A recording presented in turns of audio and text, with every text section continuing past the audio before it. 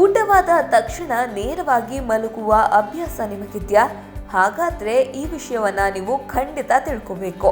ಊಟವಾದ ತಕ್ಷಣ ಮಲಗುವುದು ನಮ್ಮ ಆರೋಗ್ಯಕ್ಕೆ ಒಳ್ಳೆಯದಲ್ಲ ಎಂದು ವೈದ್ಯರು ಹೇಳ್ತಾರೆ. ಆದರೆ ಇದಕ್ಕೆ ಅತ್ಯಂತ ಸರಳ ಪರಿಹಾರವೆಂದರೆ ಊಟದ ನಂತರ ಕೇವಲ 10 ನಿಮಿಷಗಳ ಕಾಲ ಆರಾಮಾಗಿ ವಾಕ್ ಮಾಡೋದು. ಈ ಚಿಕ್ಕ ಅಭ್ಯಾಸವು ನಿಮ್ಮ ಆರೋಗ್ಯವನ್ನ ಹೇಗೆ ಸುಧಾರಿಸುತ್ತೆ ಎಂಬುದರ ಬಗ್ಗೆ ಈಗ ತಿಳ್ಕೊಳ್ಳೋಣ. ಮೊದಲನೇದಾಗಿ ಇದು ಜೀರ್ಣಕ್ರಿಯೆಯನ್ನ ಸುಲಭಗೊಳಿಸುತ್ತೆ. ಊಟದ ನಂತರ ನಡೆಯುವುದರಿಂದ ತಿಂದ ಆಹಾರ ಹೊಟ್ಟೆಯಲ್ಲೇ ಉಳಿಯದೆ ಕರುಳಿಗೆ ಬೇಗ ಸಾಗುತ್ತೆ. ಇದರಿಂದ ಊಟವಾದ ಮೇಲೆ ಬರುವ ಗ್ಯಾಸ್, ಎದೆ ಉರಿ, ಹೊಟ್ಟೆ ಉಬ್ಬರ ಮತ್ತು ಮಲಬದ್ಧತೆಯಂತಹ ಸಮಸ್ಯೆಗಳು ಕಡಿಮೆಯಾಗುತ್ತೆ.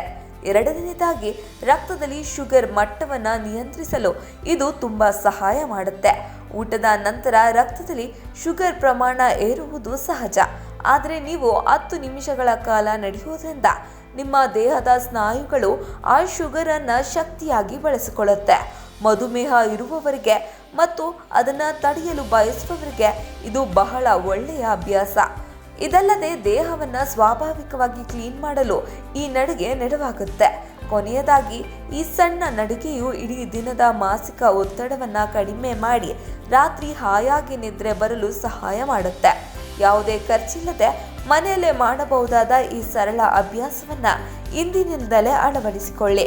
ನಿಮ್ಮ ಆರೋಗ್ಯಕ್ಕಾಗಿ ಈ ಉಪಯುಕ್ತ ಮಾಹಿತಿಯನ್ನ ನಿಮ್ಮ ಕುಟುಂಬ ಮತ್ತು ಸ್ನೇಹಿತರೊಂದಿಗೆ ಹಂಚಿಕೊಳ್ಳಿ.